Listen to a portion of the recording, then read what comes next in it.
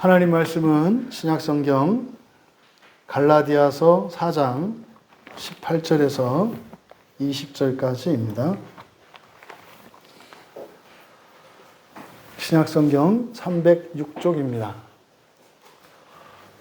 우리 같이 18절에서 20절까지 함께 읽겠습니다. 좋은 일에 대하여 열심으로 사모함을 받음은 내가 너희를 대하였을 때뿐 아니라 언제든지 좋으니라.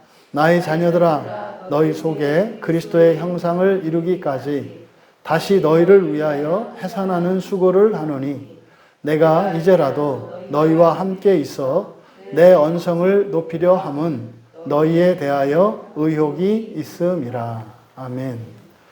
너희 속에 그리스도가 형성될 때까지 라는 제목으로 말씀의 은혜를 나누고자 합니다.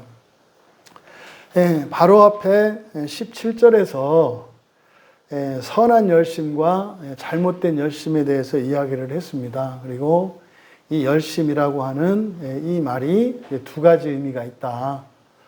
시기라고도 이제 번역되는 이 말 하나는 살기 위한 열심과 또 죽기 위한 열심 둘로 나뉜다는 거죠. 그래서 우리가 해야 되는 열심은 살기 위해서 열심을 내는 거예요.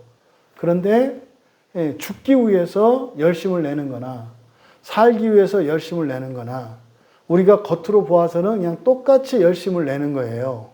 그러니까 그 끝이 어디냐? 다시 말해서 방향성이 너무나 중요하단 말이에요. 그러니까 바른 길로 바른 목표를 향해서 하는 열심이라야 그것이 선한 열심이 되는 거지. 방향이 잘못되어 있으면 거기서는 열심이 큰 악이 되는 거예요. 그런데 바로 이제 이 원수들, 마귀가 하는 일이죠. 이게 이제 마귀가 하는 일들, 흔히 말해서 왜 이제 교회의 역사 속에서 이런 사이비들이 있어서 자꾸 교회를 분열시키고 이간하고 교인들끼리 다투게 하고 하는 일들이 일어나는가? 그게 이제 이 갈라디아서를 통해서 바울 사도가 가르쳐 주시는 거잖아요. 이제 마귀가 하는 일인데, 마귀가 어떻게? 너희들을 이간을 시켜서 저희들이 이용해 먹으려고, 마귀가 이용해 먹으려고, 그렇게 하는 거다. 그러니까 이게 무슨 말이냐면, 열심을 낸다 그래서 다 똑같은 열심이 아니다. 어떻게 된다? 선한 열심을 내야 된다라고 이제 바로 앞에서 이야기를 한 거예요. 그래서 예를 들었을 때, 뭐 이렇게, 이런 사이비 집단에 있는 사람들의 광적인 열심, 엊그저께 보셨죠? 그 대구에서 그 이만희가 이끌고 있는 주식회사 신천지. 신천지는 그냥 주식회사의 주식회사도 아니에요. 거의 저 주주라고 있는데, 그건 이만희 혼자 다 하니까 그냥 개인 기업이에요, 개인 기업. 그러니까 그냥 이만희 회장이거든요. 이만희 회장. 근데 보세요. 뭐 10만 명에 달하는 사람들이 대구에서 모였대요. 그 전국 각지에서 이제 모였을 건데 그 열심을 보라고요. 다 양복에 양장으로 갇혀 있고 거기 앉아서 또 만세삼창 외치고 막 하는 그런 열심을 한번 보라 이 말이에요. 생각해 보세요. 한국 교회에 이제 여의도에서 옛날에 그런 거 있었습니다만 나라를 위한, 지금 북한이 하는 짓이 너무나 이 나라의 위험한 상황이고 그러니까 우리 나라의 평화와 안정을 위해서 기도합시다. 전국 기독교인 여러분 모이십시오. 그랬을 때 어떨 것 같으세요? 네? 과연 그렇게 모일 수 있겠는가? 뭐예요? 무슨 정치인들을 이렇게 모이라고 할 때는 막 그냥 때로 몰려드는데 나라를 위해서 우리의 이 어두운 시대의 악한 영들을 멸하기 위해서 이렇게 모이라고 할 때 그 모이겠는가? 보통 열심이 아니잖아요. 이제 그런 열심이 있다는 거예요. 그러니까요. 그럼 우리들이 이제 그런 생각 드는 거예요. 여러분들도 신앙생활을 하면서 예전에 지금까지 오랫동안 신앙생활을 해오셨으니까 한때 전성기가 있으셨잖아요. 예? 이렇게 껌 좀 씻고 머리 좀 날리던 때가 있었잖아요. 이렇게. 예? 그때 그런 열심이 있잖아요. 근데 돌이켜보면 이게 제대로 된 건가? 이런저런 생각들이 있지 않습니까? 이제 그 부분에 대해서 얘기를 하는 거예요. 왜? 예수를 믿고 살아가는데요. 뭐 이렇게 거짓 교사들이 있고 또 잘못 가르치는 사람들이 있어요. 그러니까 일부러 이렇게 다른 복음을 전하는 사람도 있지만 또 몰라서 잘못 가르치는 사람들도 있다 이 말이에요. 그러면 그리스도인의 그 예수를 믿는 신자들의 입장에서는 사실은 복불복 아니에요? 누구를 만나느냐에 따라서 달라지잖아요. 그러니까 어떤 목사를 만나느냐에 따라서 어떤 교회를 만나느냐에 따라서 신앙생활이 어마어마하게 차이 나잖아요. 이 불평등의 문제가 일어난다 이 말이에요. 아, 그럼 누구는 좋은 교회 가고 누구는 안 좋은 교회 가고 누구 교회는 더 좋고 안 좋고 그러면 구원의 차별이 있네요. 그러니까 바로 이 부분에 대한 고민이 있는 거예요. 이거를 지금 말끔하게 여기서 이제 정리를 해 주시는 거예요. 18절에 좋은 일에 대하여 열심으로 사모함을 받으면 내가 너희를 다했을 때뿐 아니라 언제든지 좋으니라. 이게 지금 우리말 이렇게 성경으로는 사실은 이게 본문의 뜻이 정확하게 드러나지 않아요. 이게 지금 바로 18절에 있는 내용은 무엇에 대한 답이다? 교회마다 다 조금씩 다르고 목사님보다도 다 다른데 그러면은 하다못해 뭐 조금 더 하나님의 말씀을 온전히 드러내는 교회가 있고 심지어 어떤 교회는 성경 얘기 한 번도 안 하는 교회가 있다 이 말이에요. 그럼 거기는 교회가 아닌가? 거길 다 떠나야 되나? 그러면 사실 질문, 답을 내리기가 어렵단 말이에요. 그러니까 바로 이런 부분에 대해서 지금 답을 내리는 거예요. 근데 그 우리말 성경을 읽어가지고 답이 돼요? 답이 안 돼요. 이렇게 봐서는. 그러니까 지금 이게 원문, 이게 성경 해석이 정확하지 않게 되었기 때문에 이렇게 된 건데, 그냥 먼저 18절을 이제 성경을 직역한 거를 먼저 읽어드리고 설명을 할게요. 그러니까 이렇게 돼요. 18절을 직역하면, 그러나 너희들이 좋게 열심을 내게 되는 것은 언제든지 좋다. 내가 너희를 위하여 곁에 있는 것뿐만 좋은 것은 아니다. 이해되시죠? 그러니까 이게 뭐냐면 여기서 지금 말씀하고자 하는 바, 너희들이 그렇게 예를 들어서 성경 한 구절만 읽고 성경에 대해서는 하나도 설명도 안 해주고 뭐 맨날 뉴스 얘기나 하고 읽은 책 얘기나 하고 그냥 끝내는 교회에 다녔어, 옛날에. 근데 거기서 또 내가 또 한 열심을 했어. 그럼 그게 헛된 것이냐? 지금 뭐라고 하는 거예요? 헛되지 않다고 얘기를 하는 거예요. 헛되지 않다. 그러나 너희들이 좋게 열심을 내게 되는 것은 언제든지 좋다. 그러니까 심지어 요 바로 앞에 있는 것은 뭐예요? 이런 거짓 교사들이 들어와서 엉뚱한 데 열심을 내게 하는 거. 이게 뭐예요? 율법을 지키게 하고 할례받게 하고 또 다시 뭐 이렇게 어떤 행위나 공로를 하게 하는, 그러려면 열심을 내야 되잖아요.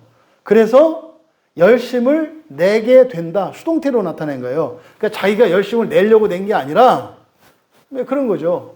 뭐 전 재산을 바쳐야 된다 그래서 전 재산을 헌납을 했어. 근데 지나고 보니까 그거는 말도 안 되는 거였어. 그러면 그거는 사기당한 거냐 이 말이에요. 아니다 이 말이에요. 그때 그거를 정당화한 건 아니에요. 잘못된 거예요. 그거는. 성경에서 전 재산을 헌납해라라고 하는 명령 이런 거 없어요. 그런 거 없어요. 있잖아요. 그 과부의 2렙돈이 전 재산이라고 그랬잖아요. 그건 그런 의미로 얘기하는 게 아니에요. 그러니까 어쨌든 그건 잘못된 거예요. 누군가가 집사님, 지금 이제 가족 가운데 생사의 갈림길에 있는 불치병 환자, 이제 이런 사람들이 어떻게 해서든지 가족의 병을 낫게 하려고 병원 쫓아다니다가 대체의학 찾아다니다가 마지막 가는 데가 그래도 믿음 있는 사람들은 이제 그리고 어떻게든 살리겠다라고 하는 의지가 있는 사람들은 마지막으로 가는 데가 기도원이나 이런 영빨이 있는 데를 찾아다녀요. 어떤 은사자라든지 이런 데를 찾아가요. 그러면 그런 데 가면은 반드시 나오는 마지막 단계가 있어요. 예, 과한 헌금을 요구해요. 과한 헌금을. 그래서 그렇게 하죠. 당신은 지금 이렇게 망설이는 거 보니까 아직도 돈이 우상이야. 응? 당신 남편 살리려면 전 재산을 헌납해. 전 재산과 당신 남편 누구를 선택할 거야? 이제 나중에 가면, 마지막에 가면 이 결론에 이르러요. 그때 그 앞에는 뭐 10만 원, 20만 원, 100만 원, 200만 원 빼먹다가 마지막에 가면 딱 그렇게 돼요. 그러다가 중간에 호전되고 그러면 하나님의 은혜다 이렇게 하지만 이제 안 되면 점점 강도를 높여서 얘기를 해요. 그래가지고 속아가지고 전 재산을 헌납을 했어. 근데 병이 안 고쳐졌어. 그래가지고요, 이 도둑놈들, 이 교회 다니는 놈들은, 이 목사놈들은 다 도둑놈이야. 그래서 그때부터 교회를 안 다녔어. 그리고 10년, 20년이 지났어. 그러다가 뭐 이제 다시 이제 복음을 듣고 이제 뭐 광야교회에 나왔어. 얘기를 들어보니까 그게 내가 사기당한 거였어. 어리석었던 거야. 그러면 그때 했던 그거 있잖아요. 그 열심. 그거는 사기당한 거냐 이 말이에요.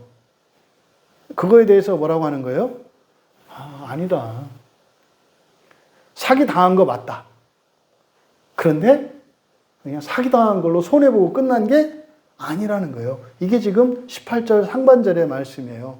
그런데 말입니다. 너희들이 좋게 열심을 내게 되는 것은, 그러니까 이렇게 수동태로 나타내는 이유가 뭐다? 내가 자발적으로 낸 열심이 아니라 뭐니까? 속아서 낸 열심이니까. 속아서 낸 열심. 저도 이런 경험이 있다고요, 과거에. 속아서 낸 열심. 그러니까 내가 어려운 상황이 없었고 이랬으면 절대로 하지 않았을 열심. 요거거든요. 그러니까 그거는 어떻다? 언제든지 좋다는 거예요. 그러니까 그리스도인들이 신앙생활을 하면서 누가 나한테 사기를 쳤든 잘못 가르쳤든 그래서 내가 진짜 뭐 미친 사람처럼 그러고 다녔던 일들이 그거는 나쁘다, 좋다? 언제든지 좋다. 이렇게 내린 거예요. 그러니까 그래? 마음 놓고 당해야 되겠다. 이 얘기가 아니에요. 그 당하지 말아야 될 일이요. 하지만 지나간 신앙의 여정 속에서 그런 일이 있었다 하더라도 결코 그것은 해가 되는 게 아니라 오히려 도움이 된다. 왜? 하나님이 그걸 아시니까. 하나님이 아시니까. 그런데 거기에 전제가 붙은 게 뭐예요? 좋게 열심을 내는 거예요. 좋게 열심을 내는 거. 좋게 열심을 낸다고 하는 것은요, 그것은 신앙을 위해서, 하나님을 알기 위해서 정말 기독교 신앙이 뭔지, 구원이 뭔지, 정말 예수님이 우리에게 주신 참된 복음이 무엇인지를 알기 위해서 추구한 거예요. 내 입장에서는. 그거를 선한 열심이라고 한 거예요. 그 다음에 이어서 내가 너희를 위하여 곁에 있는 것뿐만 선한 것은 아니다. 이게 뭡니까? 앞에서 이야기했던 거 있잖아요. 그러니까 바울가 예를 들어서 사도가 교회 갈라디아 지역의 교인들과 함께 있는 거, 이거 좋은 일이죠. 좋은 일이잖아요. 그런데 이 당시에 이 바울 사도 같은 경우에는 복음을 전하고 교회가 생기면 이제 순회 선교사니까 말하자면 떠난단 말이에요. 이렇게 가르치고 떠나고 가르치고 떠나고 가르치고 떠나고 그러면 거기에 이제 담임 목사를 세우고 가요. 근데 모세와 그 여호수아가 모세에게 컴플렉스를 가졌던 것처럼 이렇게 사도 바울이 세워놓고 가르쳐놓고 떠난 뒤에 후임 목사로 세운 사람이 그 바울만 하겠어요? 그러니까 늘 컴플렉스가 있단 말이에요. 그러니까 교인들이 항상 뭐하면 지나가는 말로 밥 먹을 때마다 그러는 거죠. 바울 사도는 언제 오시나. 우리 목사님은 설교만 길고 그냥 우리 바울 사도는 그냥 손수건만 얹어도 병이 낫는데 맨날 혼내기만 하고 이제 이런 거 있을 수 있잖아요. 이런 게 있다 이 말이에요. 그래서 사도가 직접 함께 있음으로써 유익이 되고 선한 거 있잖아요. 그러면 떠남으로 있어 부재 중이잖아요. 그러면 부재로 인해서 이거는 또 그들에게 해가 되는가? 그렇지 않다고요. 떠나면 떠난 대로 좋고 같이 있으면 같이 있는 대로 좋다. 앞에서 이렇게 이야기를 한 거예요. 그런데 지금 18절에서 바로 같이 있어도 좋고 떠나 있어도 좋다. 근데 떠나 있을 때는 뭐가 좋아요? 선한 열심이 좋은 거예요.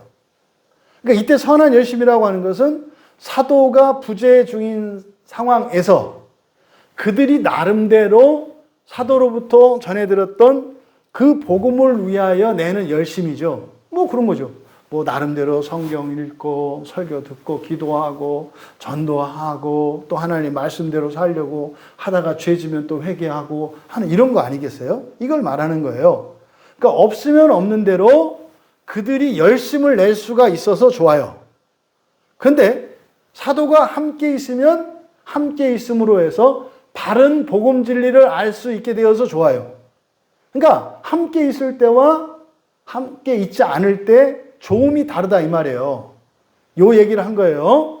그러면 여러분들이 지금까지 신앙생활을 하면서 과거에 여러분들이 참된 신앙을 위하여 구원을 위하여 여러분 나름대로 열심을 했던 그 모든 것, 그것이 옳은 것이었느냐 그렇지 않느냐를 떠나서 그런 선한 열심이라면 어떻다? 다 좋은 것이다. 좋은 것이다. 그래서요. 과거에 나로 하여금 절대 그때 당시에 내 믿음으로 할 수 없었던 헌신을 하게끔 내 마음을 흔들어 놓았던 그 부흥사 목사님들 너무 감사한 거예요. 왜?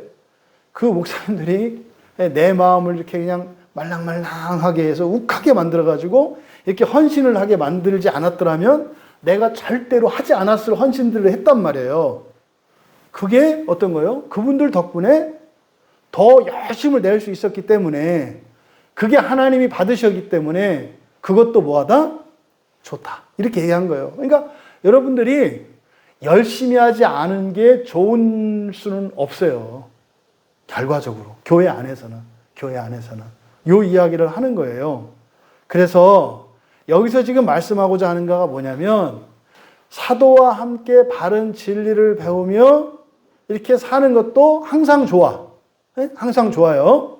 그런데 사도 없이 배운 것을 자기의 것이 되도록 이렇게 노력을 하고 열심을 내며 설사 그것이 시행착오를 거친다 할지라도 그것도 어떻다?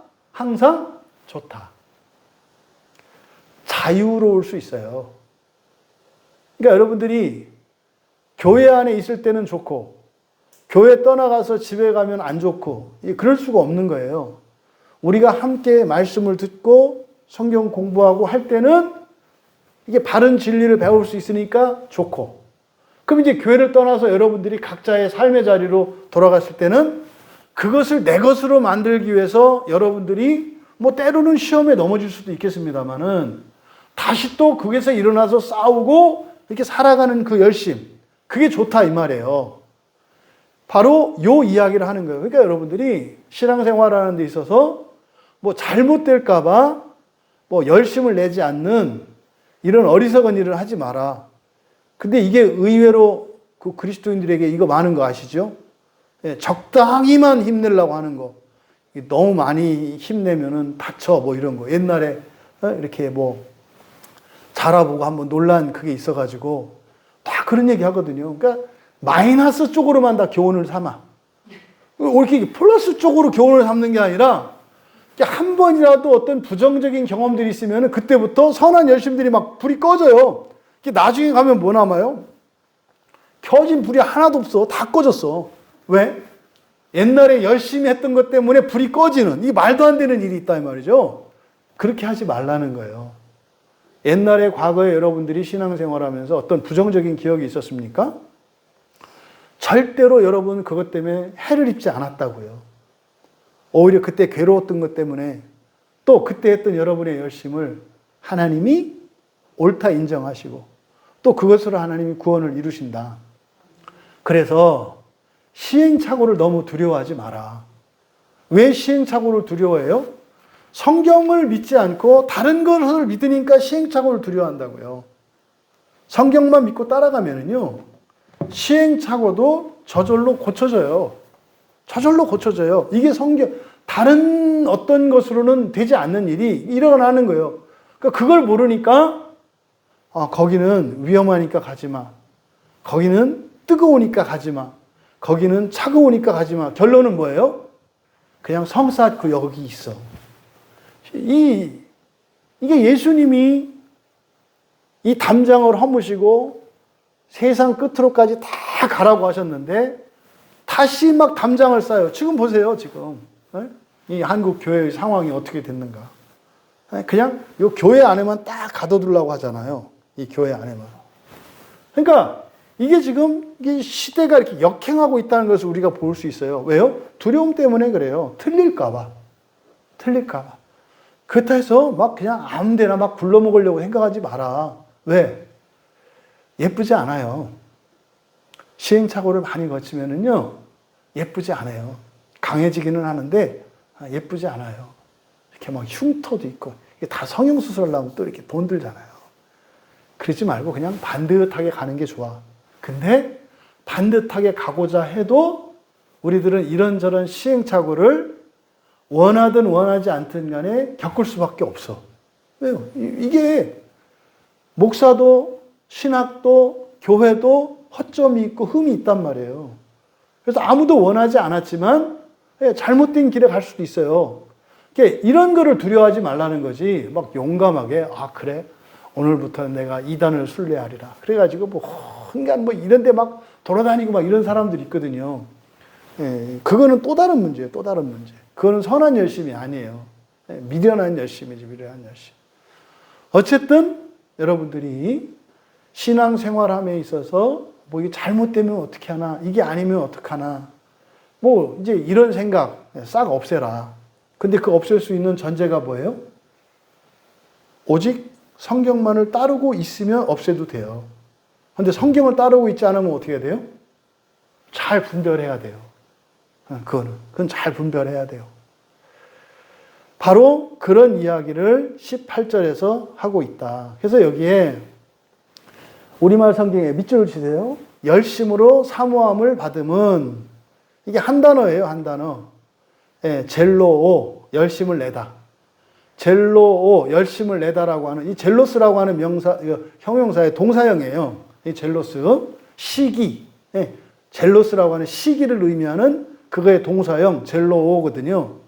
그러니까 젤로오를 이렇게 번역을 한 거예요. 열심으로 사모함을 받음은, 이제 수동태니까.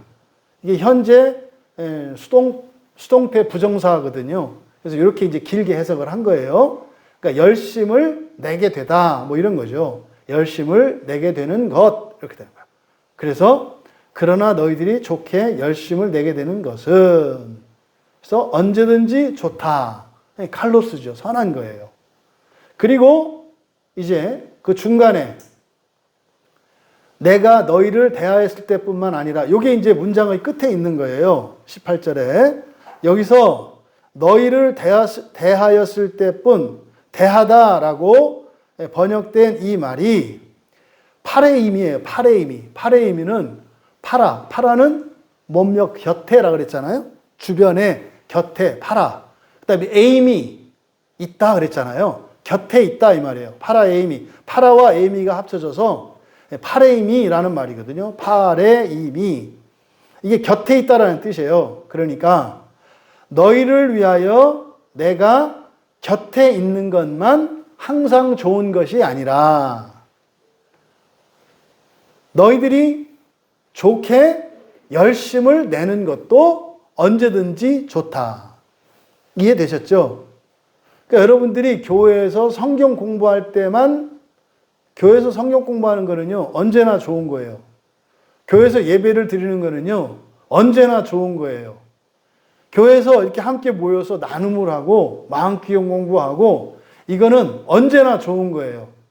근데 그것만 좋은 게 아니라, 여러분들이 교회를 떠나서 여러분 가정에 있거나 일터에 있어서도 언제나 좋을 수 있다. 뭐 하면? 선하게 열심을 내면. 이때 선하게 열심을 낸다는 게 뭐겠어요?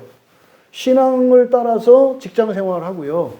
신앙을 따라서 가정 생활을 할 때 이게 선한 열심이에요. 그렇게 하면 그것도 언제든지 좋다. 그런데 교회에서 이렇게 함께 있음으로 해서 좋은 것과 혼자 선한 열심으로 좋은 것이 있다는 거예요.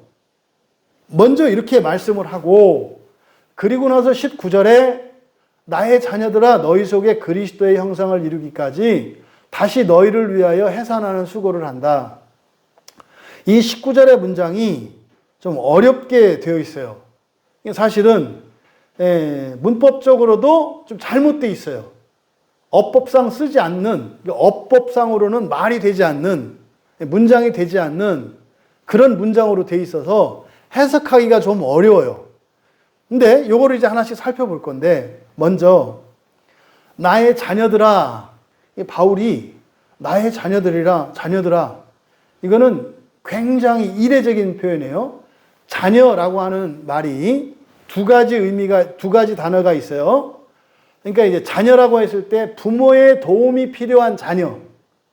이게 뭐예요? 이게 미완성인 상태를 자녀라고 하죠. 아유, 그냥 우리가 그냥 나이 30이 다 됐는데, 아유, 지금도 애야.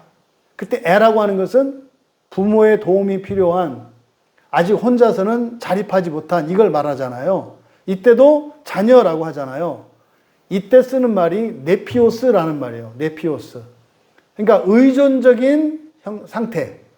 누군가의 도움이 필요한 상태. 이게 네피오스예요. 이게 자녀. 그런데 또 하나의 자녀는 그냥 누구의 자녀. 그러니까 하나님의 자녀 할 때는 이 네피오스가 아니라 테크논이라는 말을 써요. 테크논.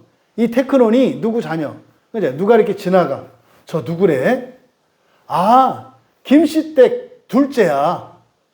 자녀. 이게 자녀죠.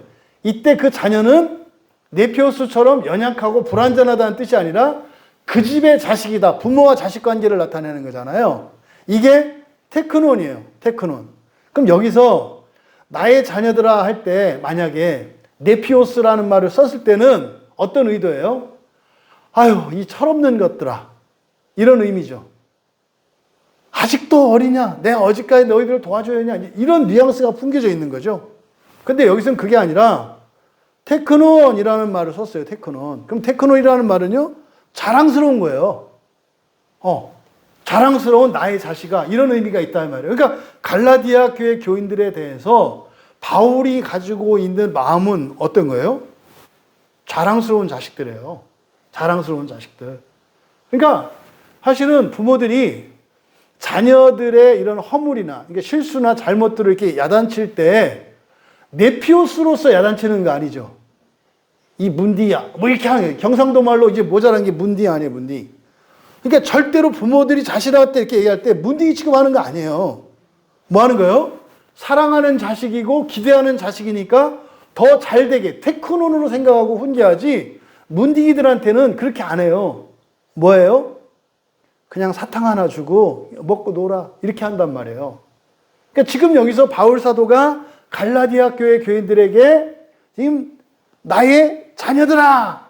이게 상당히 높인 거다 이 말이에요. 근데 바울 서신이나 모든 서신의 특징 이렇게 높일 때는 뒤에 뭐가 나온다? 예, 이제 깔라고 하는 거예요. 깔라고. 혼내려고 이렇게 높여요. 그래서 그렇잖아요. 여러분들이 항상 누군가한테 싫은 소리 할 때는 먼저 뭐 해라? 예, 맛있는 거 사줘라.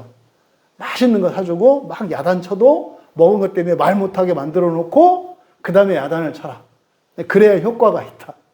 그러면 여기서 그래서 나의 자녀들아 라고 하는 이것은 지금 갈라디아 지역에 있는 교인들에 대한 바울 사도의 진심이 어떠한지 그 애정과 또 그들을 소중히 여기는 그 마음을 나타냄과 동시에 이 말을 하는 것을 통해서 뭔가 중요한 가르침을 주려고 하는데 질책을 하려고 하는 거예요. 근데 이 질책의 의미는 뭐예요?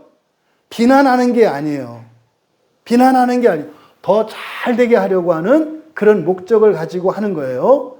그런 의도가 나의 자녀들아 라고 하는 이 말 속에 내포되어 있다. 그 다음에 내가 다시 너희를 위하여 해산하는 수고를 한다. 그래서 해산하는 수고를 하다. 이게 한 단어예요. 해산하는 수고를 하다. 한 단어. 이게 오디노라는 말이거든요. 오디노. 그러니까 그냥 산고를 겪다. 산고의 진통을 겪는다. 우리가 그러잖아요. 산고를 겪다. 이게 오디노라는 말이거든요. 나의 자녀들아, 내가 너희를 위해서 다시 해산하는 수고를 한다. 여기서 다시라는 말이 팔림인데, 이 다시라고 하는 말은요, 한 거를 똑같이 반복한다는 의미도 있어요. 근데요, 지금 한 번 가르쳤는데 몰라서 또 가르쳐주는 것도 다시입니다만은, 예를 들어서 책 한 권을 띄고 다른 책을 띄는 것도 또 공부하는 거죠. 그러니까 그런 거예요. 이제 공부를 딱 했어요. 그때 이제 책 끝났어요. 책거리를 했어요. 자, 이제 다음 주부터 똑같이 모입니다. 그럼 이제 뭐라요? 아, 또 모여요? 그러잖아요. 그때 또 모여서 옛날에 했던 책을 하는 게 아니라 뭐요? 다른 책을 하는 거죠. 공부를 합니다만 다른 걸 공부하는 거죠. 그래서 이 팔린, 다시라고 하는 이 의미에는 반복한다는 의미만 있는 게 아니라 새로 한다는 의미도 있는 거예요.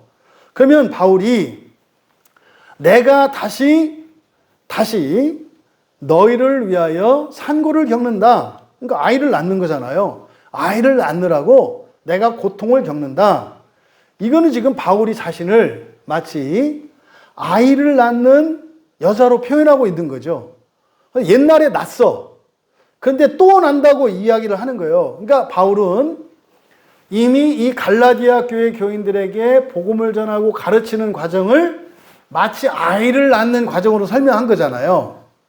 그리고 여기서 다시 또 산고를 겪는다고 그랬으니까 또 그들이 잘못해서 이렇게 한다는 의미가 아니라 또다시 낳는 거예요. 그래서 사람은 한 번 낳는 게 아니라 어떻게 나요? 낳고 또 낳고 또 낳고 또 낳고. 이게 뭡니까? 이게 구원을 이루어가는 거예요. 낳고 또 낳고. 여러분들이 그런 거 하잖아요. 아, 오늘에서야 내가 내 죄를 깨달았어요. 아, 이제는 자유를 찾았어요. 너무 감사해요. 이제는 좀 신앙생활이 뭔지 알겠어요. 그러다 이제 좀 있으면 또 이제 우울해지다가 또 이제 딱 이제서야 깨달았어요. 그러면 그때 이제서야 깨달은 건 뭐고 이제서야 깨닫는 건 뭐냐 이 말이에요. 이게 또 글쎄 낳고 또 낳고 또 낳고 하는 요 얘기를 하는 거예요. 중요한 거예요. 그러니까 바울은 한 사람이 예수를 믿고 그리스도를 닮아가는 그 과정은 어떻게 해요? 한 단계를 넘고 또 한 단계를 넘고 또 한 단계를 넘고 하는 일이 계속 반복된다는 것을 얘기를 하는 거예요. 그래서 지금 갈라디아 교회 교인들에게 주시는 교훈이 옛날에 가르쳐줬는데 그것도 모르냐? 짜증나. 이걸 또 해야 돼. 이런 의미가 아닌 거예요. 한 단계, 또 다른 한 단계를 위해서 나가는 거다. 이런 의미로 이야기하는 거예요. 그러니까 이게 이제 그 창세기 2장에 있는 새 창조와 연결되잖아요. 그때 그 여자가 교회를 의미한다 그랬잖아요. 그러니까 이제 바울이 하는 표현은 교회의 표현이죠. 그러니까 바울은 남자잖아요. 남자인데 왜 아이를 낳는다고 하냐 이 말이에요. 이해가 안 되잖아요. 그러니까 이게 뭐예요? 창세기와 연결되어 있는 거예요. 돕는 대필의 역할이라는 게 이런 거구나. 돕는 대필의 역할이라고. 그러면 지금 갈라디아 교회 교인들을 누구로 보는 거예요? 신랑으로 보는 거예요. 갈라디아 교회 교인을 신랑으로 보고 바울 사도 자신이 돕는 대필로 보는 거예요. 이 설정이 지금 이렇게 된 거죠. 그리고 이제 뒤에 너희 속에 그리스도의 형상을 이루기까지. 여기가 지금 굉장히 이게 해석이 어렵게 되어 있어요. 그러니까 어법상으로는 이게 이해할 수 없게끔 이렇게 되어 있어서 이게 도대체 무슨 말인가 이제 생각을 요해요. 한번 들어보세요. 여러분들이 이해하실 수 있는지. 그대로 직역해서 제가 읽어드릴게요. 지금 너희 속에 그리스도의 형상을 이루기까지라고 우리말 성경에 이렇게 번역된 이 성경 원문을 그대로 직역하면 이렇게 돼요. 그리스도께서 너희 안에 그의 형상을 만들어지시기까지. 알 것 같은데 좀 이상하시죠?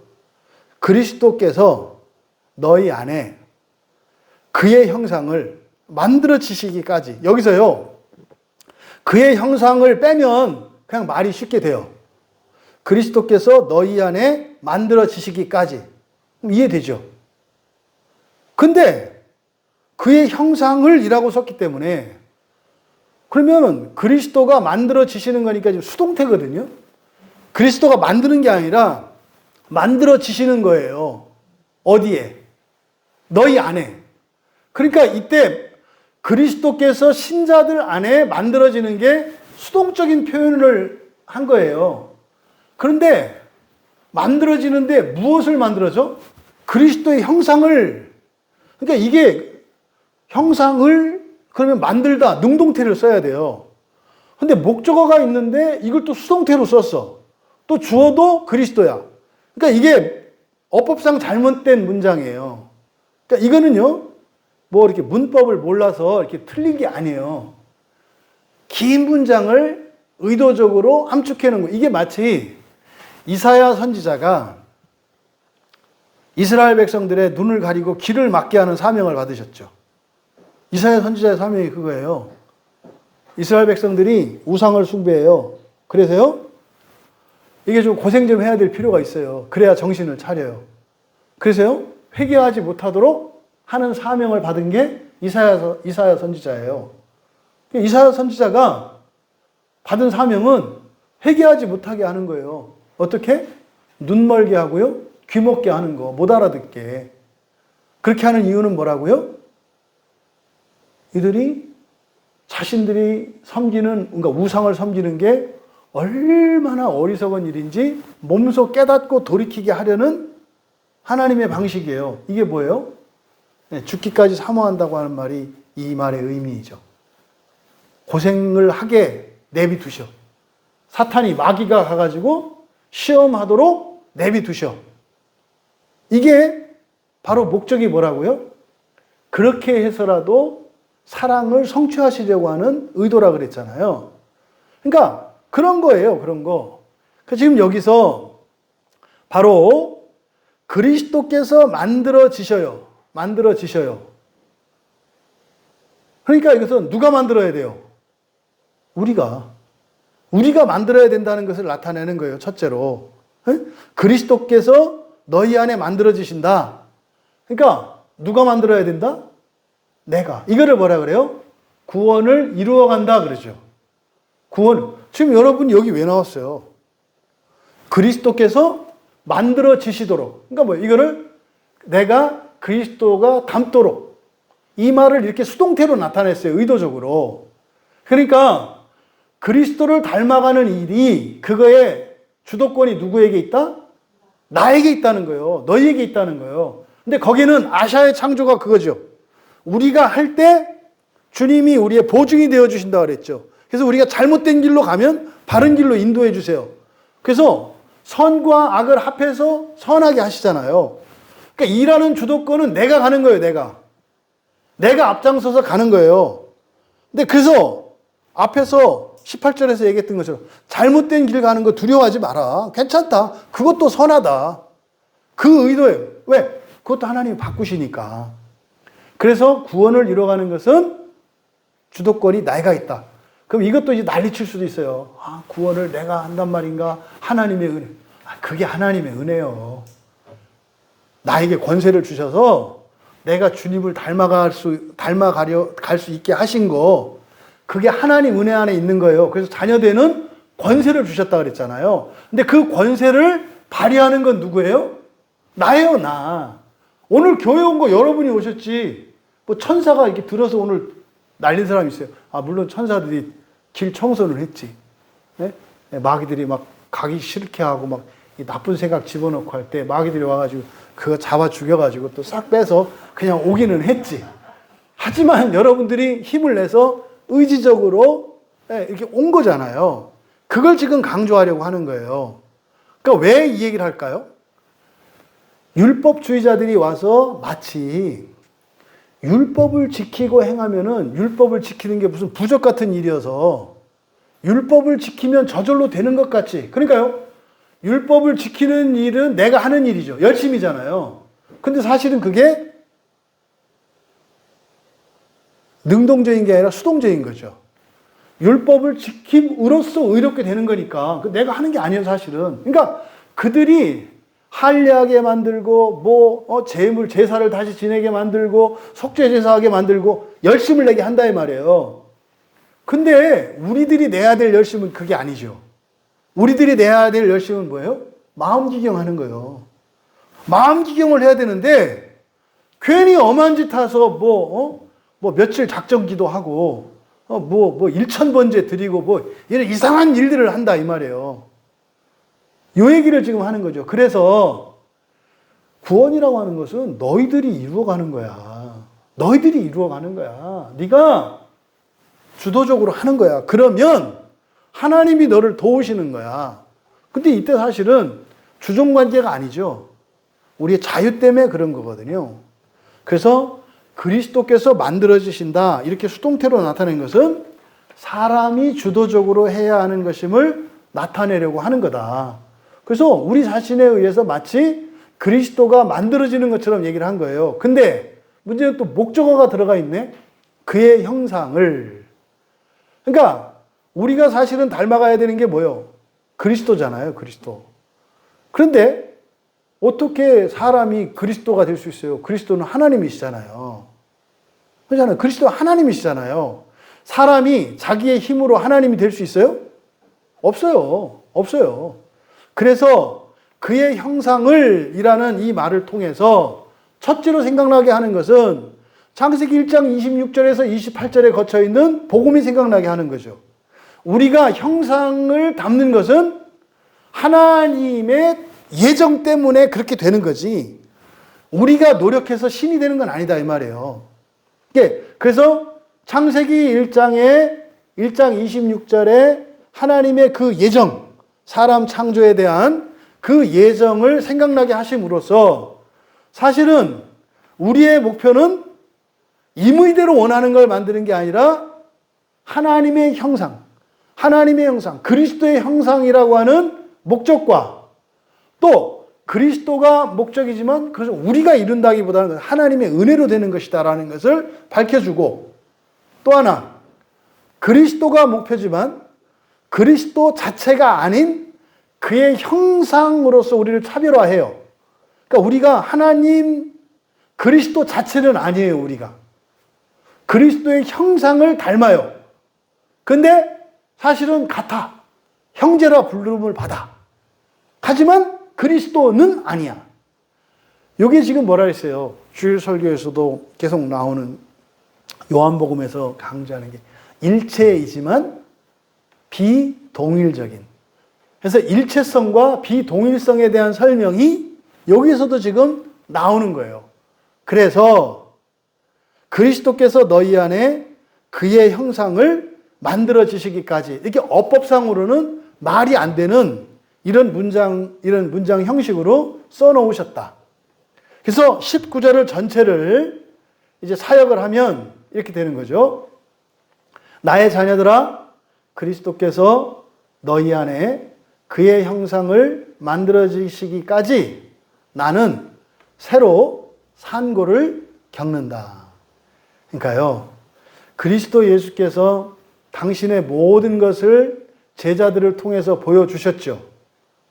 그리고 나서 제자들로 하여금 또 우리들로 하여금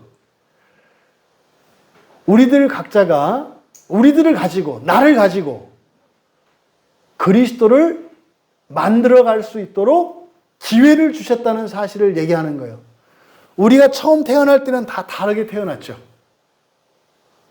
다른 시대에 다른 환경 속에서 남자와 여자로 다 다른 성씨를 가지고 다른 집안적 배경과 다른 상황에서 태어났잖아요. 그러니까 다 재료가 달라. 말하자면. 근데 목표는 뭐예요? 전부 똑같다 이 말이에요. 그리스도의 형상이 목표예요. 그래서 교회 안에 또 신앙생활을 오래 하면 사람들이 점점점 어떻게 가요? 닮아가는 거예요. 그래서 부부가 되면 닮아간다고 하는 게 맞는 이야기예요. 점점점 닮아가요. 근데 누구를 닮아야 돼요? 그리스도의 형상을 닮아야 한다고요. 그리스도의 형상을. 그래서 처음에는 좀 이질적이고 좀 이렇게 이해할 수 없고 이랬던 사람들이 같은 교회 안에서 신앙생활을 하면 비슷한 사람들로 가요. 근데 이건 서로 맞추는 게 아니라 그리스도를 목표로 살아가기 때문인 거죠. 요 얘기를 지금 하는 거다. 그런데 이 일이 바울에게는 뭐와 같다? 산고를 겪는 것과 같다. 아이를 낳으면서 이렇게 산고를 겪는 것과 같다. 그러면 산고를 겪는다는 것은 고통을 드러냅니다만 사실은 아이를 낳으신 분들은 어렵지만 아프지만 아이를 낳고 난 뒤에는 기쁨이 더 크죠. 기쁨이 더 크잖아요. 근데 여기서 산고를 겪는다라고 할 때는 그 뒤따르는 기쁨이 포함되어 있는 거예요. 그러니까 바울이 그렇게 복음을 전하고 복음을 전하면 또 그냥 또 말대꾸하고 또 대들고 또 거기다가 또 이상한 얘기 듣고 또 뭐 이거 아니냐고 하고 속을 팍팍 긁고 또 나 이제는 바울하고 안 하고 또 뭐 아폴로하고 하겠다고 또 막 이렇게 할 때 막 속 뒤집어진단 말이에요. 근데 그렇게 할 때 이것들을 내가 엎어놓을 이런 생각 안 한다 이 말이에요. 그럼 뭐 어떻게 생각해요? 아휴 내가 또다시 임신했구나 이렇게 한다 이 말이에요. 또다시 임신했구나. 그렇게 해서 어떻게 해요? 아이고 어차피 이것들 이렇게 하면 또 이제 그래 10달 채우면 난다. 참고 견디는 거예요. 왜? 그 뒤에 오는 기쁨이 있으니까. 그러니까 지금 바울이 여기서 다시 해산하는 수고를 한다라고 할 때 여러분 목사들은 목회자들은 목자들은 이렇게 맡겨진 양떼를 위하여 산고를 겪으며 이렇게 고생하는 겁니다. 여러분 즐거움과 기쁨과 만족은 이 세상에서 누리지 마세요. 이 다음에 하나님께 칭찬을 받으세요. 성경은 그렇게 얘기 안 해요. 죽어요 죽어. 그러면 목사들 딱 낳는 일이 있고 임신하는 일이 있고 낳는 일이 있고 임신하는 일이 있다 이 말이에요. 그러니까 지금 여기서 바울 사도께서 말씀하려고 하는 일이 뭐예요? 아이고 이제 이것들 또 다시 또 뱃속으로 집어넣어서 또 다시 임신해야 되겠네 이런 의미인 거예요. 거기에는 두 가지 마음이 있어요. 왜? 한 번 아이를 낳았기 때문에 또 이게 10달 동안 또 이게 품고 살아갈 생각을 하니까 이게 끔찍해. 날은 더워지고 이제 이게 땀띠에 뭐에 이제 큰일 났어. 또 이제 가을 되면 또 내가 이제 감기 걸리는데 감기면 약도 못 먹고 이제 이것도 기침 참아야 되고 막 이런 거 상상이 되잖아요. 그런데도 뭐예요? 소망이 있잖아요. 소망이가 툭 태어나서 소망이가 되잖아요. 요 두 가지가 공존하는 거예요. 그래서 무조건 고생하는 게 아니라요. 목사들이 제가 목사 돼 보니까 왜 목사 노릇을 하더라? 목사들만 누릴 수 있는 큰 기쁨과 만족이 있어요. 물론 목사만 겪는 산고의 고통이 있죠. 하지만 아이를 낳는 사람만 누릴 수 있는 그 기쁨. 남자들은 그거 모르거든요. 아이를 낳았을 때 얼마나 후련한지, 그냥 뭐 아들이고 딸이고 상관없이 이제 그냥 낳았다는 거로 해방됐다라고 하는 이런 의식이 그냥 제 상상력을 동원해서 있을 법해요. 이제 더 이상 나는 임산부가 아니다. 임산부를 벗어놓고 이제는 내가 임산복이 아니라 이제 원피스 입을 수 있다. 뭐 이제 이런 거. 더 이상 내 다리가 붙지 않고 뭐 이제 신발 뭐 구두 신어도 된다. 뭐 이런 뭐 사소한 거지만 이런 기대가 있을 거라고 생각이 들어요. 근데 그거는 해보지 않은 사람은 모르잖아요. 해보지 않은 사람은. 그러니까 바울에게는 그게 있는 거예요. 그래서 목회자들이 잊지 말아야 될 것은 뭐다? 한 사람이 예수를 믿고 돌아왔다 그래서 그거로 끝나는 게 아니라 또 은혜 받고 그냥 세상을 다 갖고 그냥 세상에 순한 양이 됐다 그래서 다 됐다고 생각하지 마라. 조금 있으면은 시커먼 염소가 돼서 또 이제 흑염소 노릇을 할 거다. 이거를 예상하라는 거죠, 예상. 그런데 어떻게 해요? 그 흑염소가 또 어떻게 돼요? 순한 어린 양이 또 될 때가 온다라는 거죠. 이게 낳고 또 낳고 또 낳고 또 낳고. 이게 보면 예수님이 사도들을 데리고 하실 때 있었던 상황이잖아요. 제자들이 너희들은 나를 누구라 하냐? 살아계신 하나님의 아들이시오 그리스도이십니다. 그래 됐다. 근데 또 좀 있으면 너 또 이제 까만 염소 될 거니까 너무 그거 가지고 그러지 마. 그거는 그냥 하나님이 가르쳐줘서 네가 은혜를 그냥 얘기한 거지. 너 그거 뭔지 몰라. 좀 있으면 네가 언제 그래야 되지 그러고 나 저주하고 부인할 거거든. 상상도 못하는 거죠. 요 얘기를 지금 말씀하는 거다. 19절의 내용이. 그러면 이제 사도의 사명, 자신의 사명이 무엇인지를 밝히는 거예요. 그러니까 성도들이 예수 그리스도를 담을 때까지, 완전히 그 일이 성취될 때까지, 그리스도의 형상이 나타날 때까지 산고를 겪으면서 신자들을 돕는 것임을 알 수 있어요. 그리고 거기에는 임산부를 비교한 것은 임산부만 누릴 수 있는 그 기쁨이 여기에는 함축되어 있다. 여러분도 마찬가지예요. 여러분 주변에 있는 누군가를 전도하고 교회로 인도했을 때 인도한다고 되는 게 아니잖아요. AS 하셔야 되잖아요. AS가 또 끝나는 게 아니죠. 이번 됐다 싶으면 이제는 좀 컸나 싶으면 또 애기짓 할 때가 있어요. 또 막 그냥 멀쩡한 사람이 응애 뭐 젖 주세요 뭐 이렇게 할 때가 또 와요. 언제 또 이랬냐 싶을 때. 그럼 또 어떻게 해요? 그래 해서 또 품고 응야 해가지고 또 그러다 보면 또 이제 순한 양이 돼서 이제 됐어요. 나도 할 수 있어요. 나도 이제 이제 목자가 돼서 이제 전도하고 살래요. 이렇게 하다가 또 어느 날 쭈쭈 주세요. 또 이렇게 하는 날이 이제 온다 이 말이에요. 이건 어떻게? 사는 날 동안 계속 반복되는 거다. 계속 반복되는 거다. 요 얘기를 하는 거죠. 이어 20절에 내가 이제라도 너희와 함께 있어 내 언성을 높이려 함. 이게 사실 이제 본론이에요. 내가 이제라도 너희와 함께 있어 내 언성을 높이려 함은 너희에 대하여 의욕이 있음이라. 여기 지금 20절 앞에는 그러나라고 하는 접속사가 생략되어 있어요. 그러나 내가 이제라도 너희와 함께 있어 또 내 언성을 높이려 함은 이렇게 이제 번역이 되어 있는데 사실 20절은요 거기서 끊으세요. 높이려 함은 여기서 끊으세요. 뒤에 너희에 대하여 의욕이 있음이라 이게 이유를 나타내는 왜냐하면 너희에 대하여 의욕이 있기 때문에. 그리고 앞에는 두 가지 바울 사도가 원하는 거예요. 뗄로 원하다라는 뜻이잖아요. 원하는 것 두 가지를 20절의 상반절에. 그러면 바울 사도가 원하는 것 첫 번째, 너희와 함께 있기를 원한다.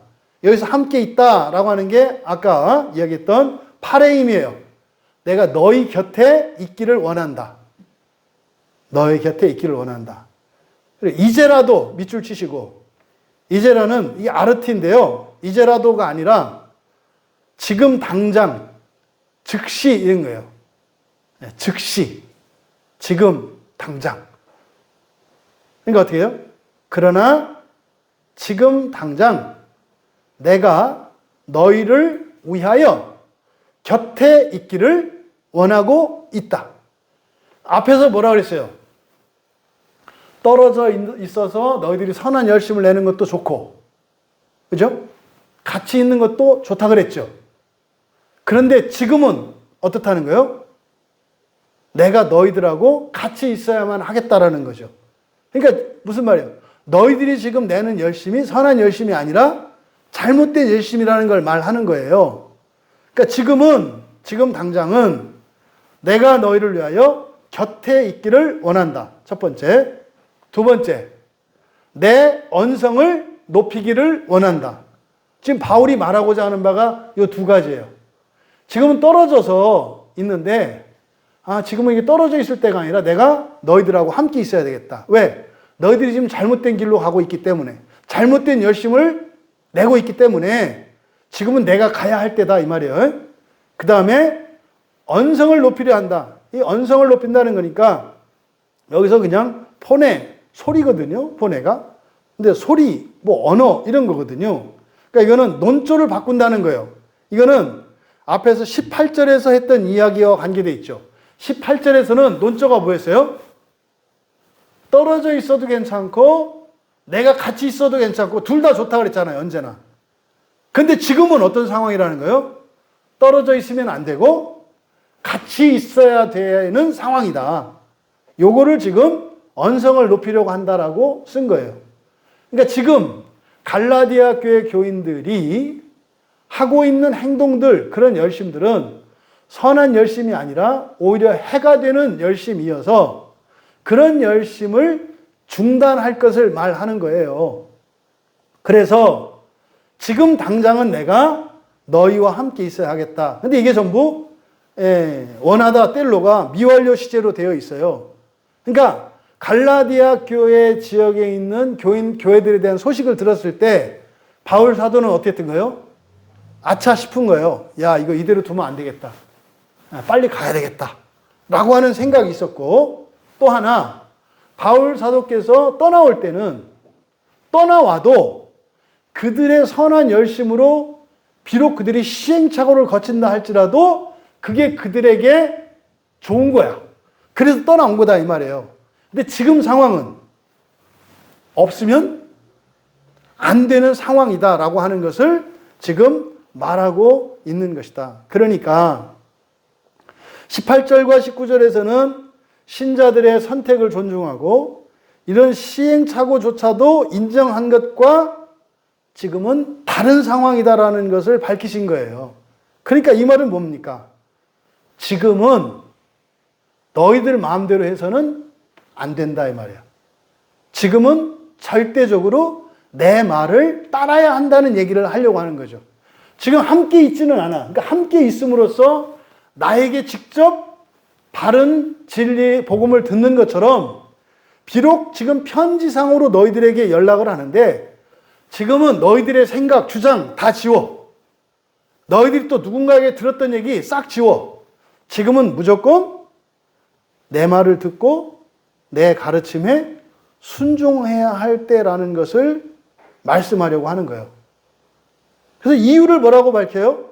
왜냐하면 너희에 대하여 의혹이 있기 때문이다. 여기서 의혹이 있다라고 하는 말이 뭐뭐로부터라고 하는 아포와 풀다, 풀어지다, 해방되다라고 하는 레오라는 말이 합쳐져서 아포레오인데요. 이 아포레오는 풀어진 상태예요. 풀어진 상태. 그러니까 혼란스럽다 이 말이에요.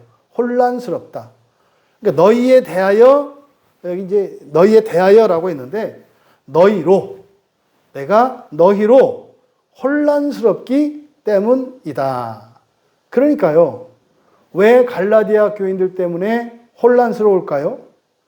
그들이 거짓 교사들의 가르침을 받아들인 것 때문에 혼란스럽고요. 그럼 거짓 교사들이 주고자 하는 것과 바울을 통해서 전해진 예수님이 주시려고 하는 것은 다르거든요. 그럼 과연 이들이 무엇을 원하는 것인지 알 수 없기 때문에 혼란스럽다라고 이야기를 한 거예요. 여러분들이 여러분 임의대로, 여러분 마음대로 생각하고 선택하고 행동할 자유가 있어요. 네, 괜찮아요. 여러분들이 바른 신앙생활을 하기 위해서 여러분들이 하는 것이라면 괜찮아요. 그런 시행착오, 그것도 좋은 거예요. 그래서요, 막 질문하라고 하잖아요. 그렇죠? 이것도 저것도 괜찮아요. 어떤 거든 질문을 하라. 이게 선한 열심이에요. 이거 다른 사람들이 보면 이상하게 생각해요. 상관없어요. 이 선한 열심, 자유를 가지고 하란 말이에요. 근데 말입니다. 어떤 때는요, 그냥 토달지 말고 내해야 될 때가 있어요. 언제일까요? 그는 성경의 가르침일 때예요. 성경의 가르침에 대해서는요, 내해야 되는 거예요. 그냥 누구라도. 다만 성경 말씀이라고 그래요. 성경 말씀이기 때문에 내는 합니다만 이게 인격적으로 동의가 되고 인격적으로 믿어지는 건 아니에요. 그러니까 여전히 이해되지 않고 믿어지지 않는 아직 미완의 과제가 있잖아요. 그러니까 그것을 하나님께서 해결해 주시도록 구할 일이지 성경에 대해서는 이거를 이렇게 이의를 제기할 건 아니다. 그죠? 아니, 왜 해를 낮에 뜨게 하시고 달을 왜 밤에 뜨게 하셨어요? 그거는 이렇게 설명이 필요한 게 아니에요. 하나님이 그렇게 정하신 거라면은 네 하면 되는 거거든요. 근데 그런 걸 가지고 자유의지로 착각을 해서 흔드는 행위. 예수님이 십자가에서 그렇게 꼭 죽으셨어야 해요? 이거는 설명이 가능해요? 가능하지 않아요? 가능하잖아요. 구약의 율법에 따라 설명이 가능한 게 있고 설명이 필요한 게 설명이 불필요한 게 있다 이 말이에요. 왜 에덴 동산의 중앙에 선악을 알게 하는 선악의 지식을 알게 하는 나무와 그 생명나무를 왜 같이 두셨어요? 그건 그냥 그렇게 둔 줄 알면 돼요. 여러분들이 신앙생활을 하는 데 있어서 여러분의 자유를 발휘할 때가 있고 여러분들이 순종해야 될 때가 있다는 거. 근데 이제 문제는 이게 일치를 하지 않는 거죠. 여러분, 그리스도인이 정리하면 첫 번째로 그리스도인이 그리스도를 닮아가면은요, 자유가 생겨요. 여러분, 이 자유라는 말에 전제가 있어요. 자유라는 말은 선과 의가 전제된 거예요. 무슨 말이냐면, 잘 되는 것을 자유라고 하지, 망하는 걸 자유라고 하지 않는 거예요. 그러니까 죄 짓는 거를 자유라고 하면 안 돼요. 죄 짓지 않는 것을 자유라고 해야 되는 거예요. 또 가난하고 망하게 되는 것을 자유라고 하면 안 돼요. 부자가 되고 성공하는 것을 자유라고 얘기하는 거예요. 그래서 자유라는 말 앞에는 선과 의가 전제되어 있는 거예요. 그러면 기독교인이 그리스도를 닮아가면은요, 자유가 생겨요. 그러니까 무슨 뜻이에요? 점점 더 잘 살아갈 수 있게 된다는 뜻이에요. 능력도 생기고요. 인격의 변화도 일어나서, 이렇게 쓸데없는 일에 낭비하던 시간을 이제는 효과적으로 유익하게 시간을 쓸 수 있게 되고요.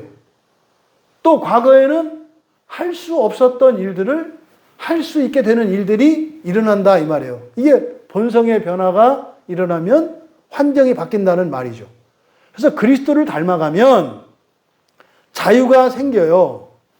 그러면 여기서 지금 너희 속에 그리스도가 형성될 때까지라고 뭐 설교 제목을 이렇게 정했는데, 우리가 선한 열심을 가지고 복음을 믿고 따라가면은요, 우리가 점점점 예수님을 닮게 되는데, 그러면 우리에게 뭐가 생긴다? 자유가 생긴다. 그럼 이제 질문할 수 있어요. 아니, 진짜로 뭐 그렇게 신앙생활하면 꼭 우리가 그리스도를 더 닮게 되고, 그 우리 본성이 틀림없이 변하고, 그럼 우리에게 능력도 생기고, 또 실제로 우리 환경이 바뀌나요? 이렇게 질문했을 때 여러분들이 누군가가 여러분한테 물어보면 뭐라고 대답하실래요? 어떻게 해요, 그러면? 어떻게 해요? 그거 어떻게 믿어요? 이게 그때 이제 여러분들이 하시는 거예요. 성부, 성자, 성령, 성부 하나님의, 하나님 아버지의 무한하신 우리 주 예수 그리스도의 은혜, 그렇죠? 하나님의 사랑, 성령의 교통, 이게 그냥 주문이 아니라 그냥 축복이 아니라, 왜 축도할 때 예수 그리스도의 은혜와 하나님 아버지의 사랑과 성령의 교통을 이야기하냐면, 이게 보증이에요, 이게. 여러분이 신앙생활을 바르게 하시면 이게 그리스도를 닮아가는 거잖아요. 본성의 변화가 반드시 일어나는데 어떻게 일어나게 돼요? 그게 예수님의 은혜로. 예수님의 은혜는 뭐예요? 악도 선으로 바꾸시는 거예요. 합력하여 선을 이루시는 예수 그리스도의 은혜. 그리고요, 죄를 져도 예쁘게 보시는 하나님의 사랑이에요. 무조건 사랑스러워, 우리가.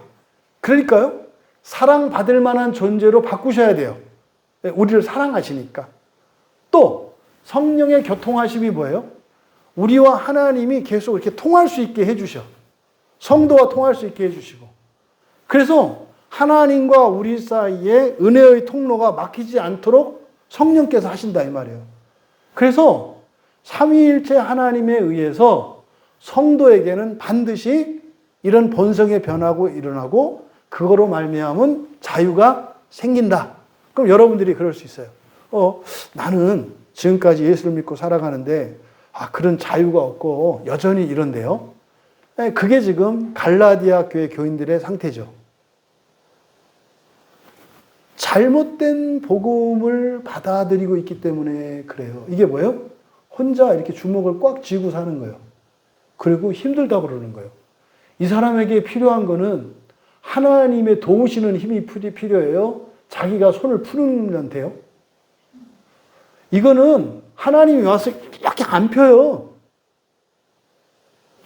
아니, 지가 이렇게 틀고 있는데, 하나님이 이렇게 와서 피고 그런 일은 없어요. 그러다 살 까지면 어떡하려고. 그러니까 너무나 많은 그리스도인들이 이러고, 이게 뭐예요? 이게 율법주의에 빠지는 거고요. 다른 복음을 가지고 있으면 이런 일이 일어나는 거예요. 오른손만 쥡니까? 왼손도 쥐고, 눈도 꼭 감고, 이도 꽉 물고, 몸도 힘쓰고 이러고 하는 거예요. 그러고 나서 걸어와. 그러니까 어떻게 가요? 막. 그러면 도와주시옵소서. 어떻게 도와줘, 너를? 손 펴. 눈 떠. 그리고 이렇게 그냥 펴. 힘 빼.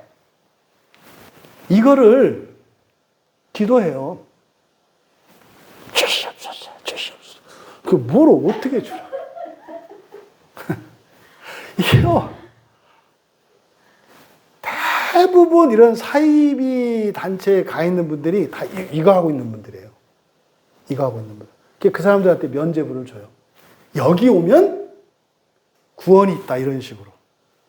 여기 오면 구원이 있다. 그게 뭐예요? 갈라디아 교회 사람들이 지금 하고 있는 율법주의에 빠지는 이런 일이죠.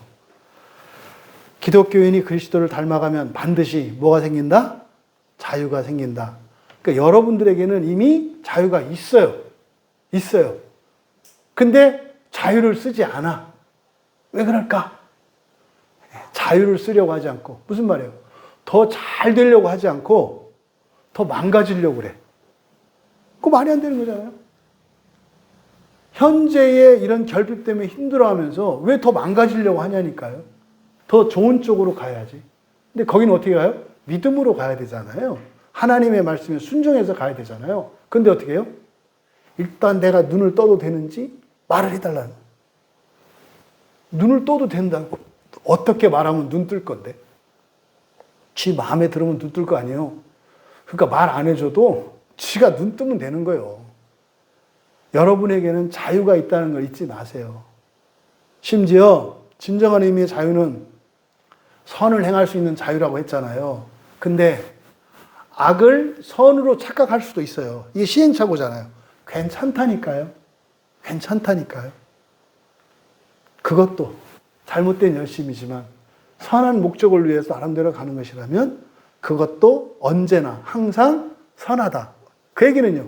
하나님이 자신 있는 거예요. 그를 바꾸시겠다라고 하는 약속이 있는 거죠. 두 번째로, 그러면 그리스도를 닮아가면 생겨나는 성도의 자유.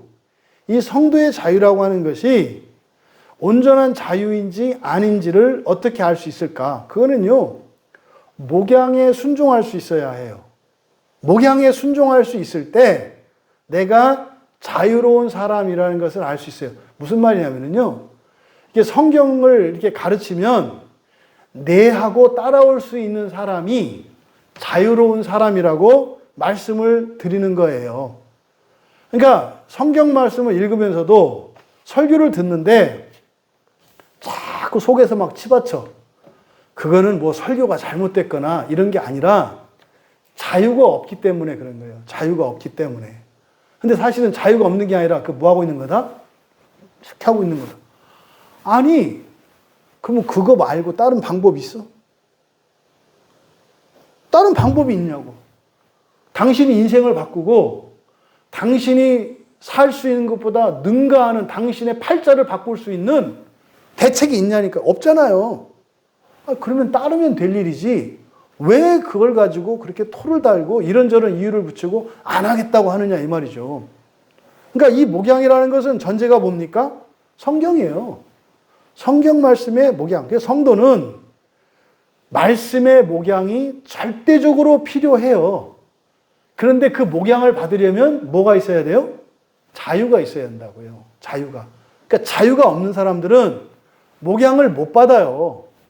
목양 받지 말아야 하는 이유들을 말도 안 되게 만들어내거든요. 이게 다 거짓 감정에서 비롯되는 것이고 지성의 오류에 의해서 그리고 망가진 의지에 의해서 생겨나는 일들이거든요.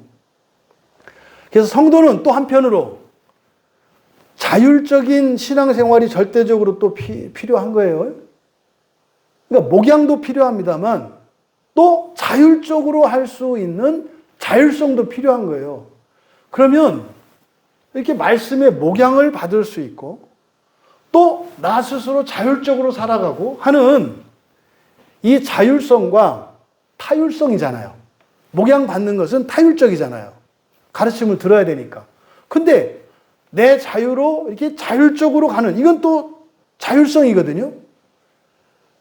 자유로운 성도는 이 자율성과 타율성이 충돌하지 않아요. 무슨 말이냐면, 목사를 통해서 목양을 받고 이런 게 내 자유에 반하는 게 아니라 뭐요? 내 자유로 하는 거죠. 내 자유로 하는 거다 이 말이에요. 그래서 타율적이지만 왜?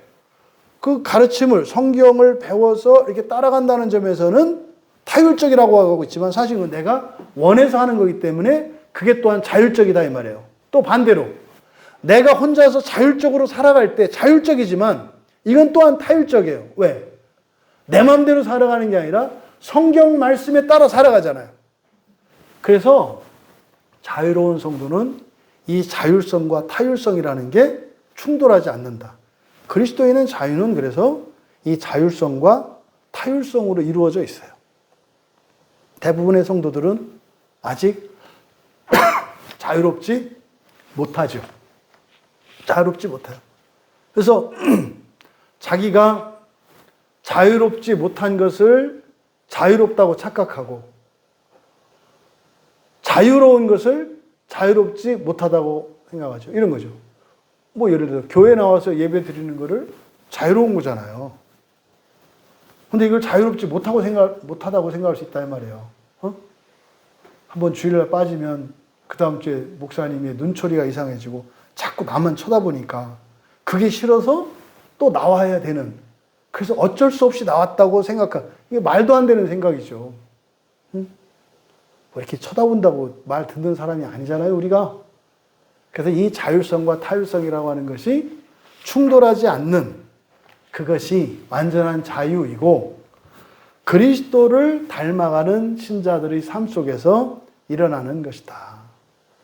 부디 참된 신앙으로 정말 예수님이 완전히 우리에게 나타나기까지, 다시 말해서 우리 모두가 예수님을 완전히 닮는 날이 반드시 와요. 그렇죠?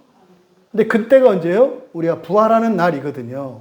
근데 부활하는 날은 어떻다? 시간적 순서가 있다. 모두 동시에 일어나는 게 아니다. 우리가 첫 번째로 모두 다 함께. 그럼 뭡니까? 사후에는 남은 구원이 없어야 하는 거죠.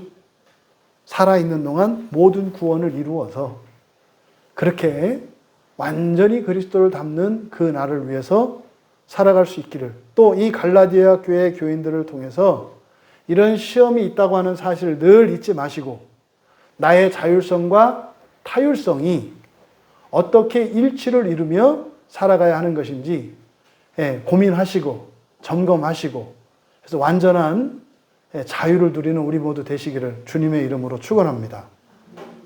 말씀을 생각하며 잠시 기도합니다. 하나님, 정말 완전히 자유로운 신자가 되기를 원합니다.